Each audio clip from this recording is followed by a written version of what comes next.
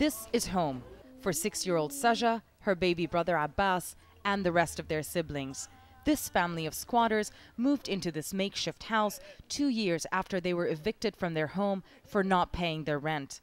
They live on people's charity and from begging on the streets.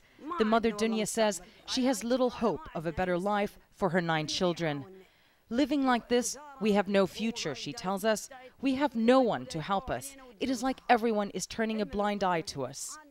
Like Dunya's family, more than 100 other families live here at the al-Benin camp. This is a settlement in the heart of Baghdad.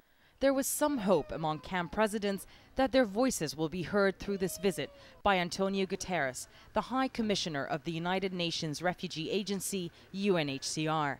During a 3-day visit to Iraq, Guterres met with government officials and proposed a government-led plan to eventually return displaced Iraqis back to their homes. This is the moment to prepare a comprehensive plan of action in order to be able, in a reasonable amount of time, to close this chapter of displacement, to prepare the return of people, to create the conditions for that return to be successful and sustainable.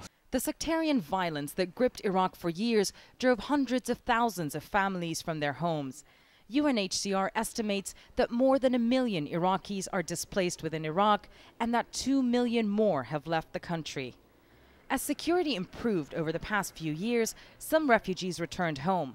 But UNHCR says the rate of return has slowed, and thousands have fled Iraq in recent months because of renewed violence.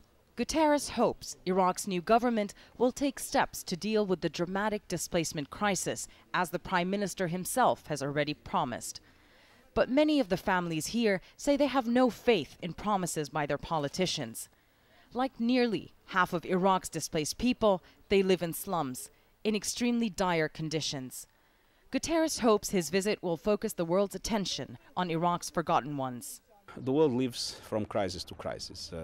Every day we open our televisions and we see your network or any other network, and there's always a new crisis. And we tend to forget the old ones. There is still a lot of people suffering in Iraq.